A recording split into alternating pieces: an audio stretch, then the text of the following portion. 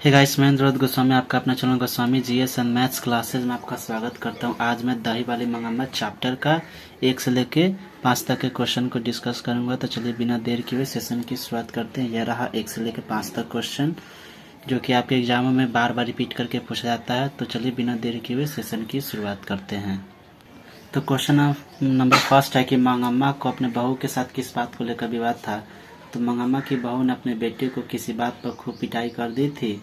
तो मंगम्मा को यह देखा न गया और उसने इसका विरोध किया कि तुम इस छोटे से बच्चे को क्यों पीट रही हो। तो इस बात को सुनकर बहू ने मंगम्मा को खरी खोटी सुनाई और इस प्रकार मंगम्मा को क्या है, अपनी बहू के साथ विवाद था। तो चलिए क्वेश्चन नंबर सेकेंड को देखते हैं।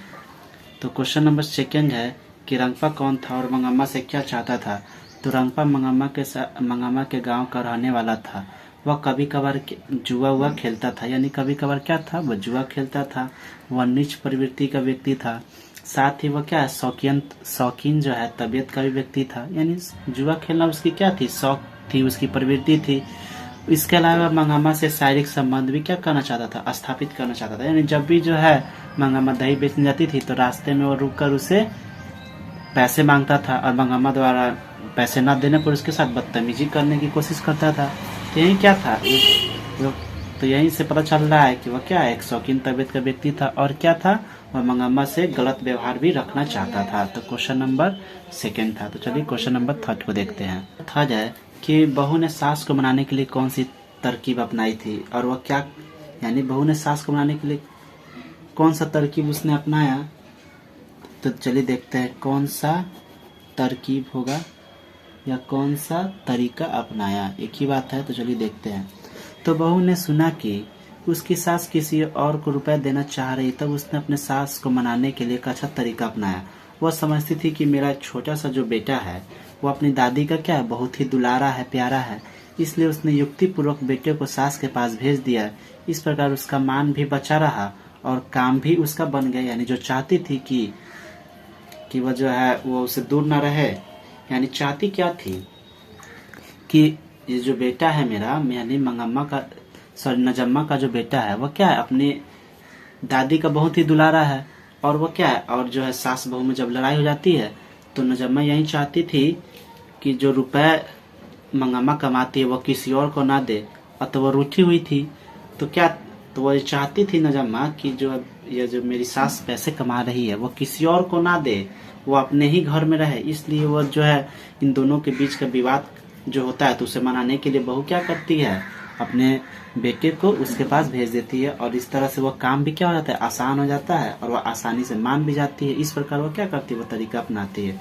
क्वेश्चन नंबर 4 क्या है, किस कहानी का कथावाचक कौन है, उसका परिचय दे।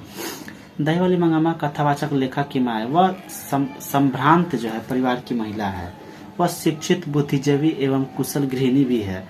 वह पति प्रायण महिला है। वह अन्य महिलाओं के जैसे दूसरी महिलाओं के कान नहीं छेदती, यानी अन्य महिलाओं की तरह जो है वह दूसरी महिलाओं के क्या है, कान नहीं भरती है। मंगम्मा भी अपने सारी दुख बातें, मंगम्मा भी जो है जब भी दही बेच कर आती थी तो अपनी सारी दुख की बातें वह कथावाचक की माँ अर्थात लेखक की माँ से कहती है। कथावाचक की माँ भी उसके सारी बातें बड़ी आत्मीयता पूर्वक सुनती है और उसके कष्टों को दूर करने का रास्ता भी बताती है कि कैसे पति को रिझाया जाता है, कि कैसे कैसे कपड़े पहनने पड़ते हैं जब पति जो है काम करके घर पर आए तो कैसे व्यवहार रखना चाहिए। सही बातें कथावाचक की माँ जो है मंगम्मा को अक्सर बताया करती है। तो यही क्या इस क्वेश्चन का आंसर है। तो चलिए क्वेश्चन नंबर 5 को देखते हैं।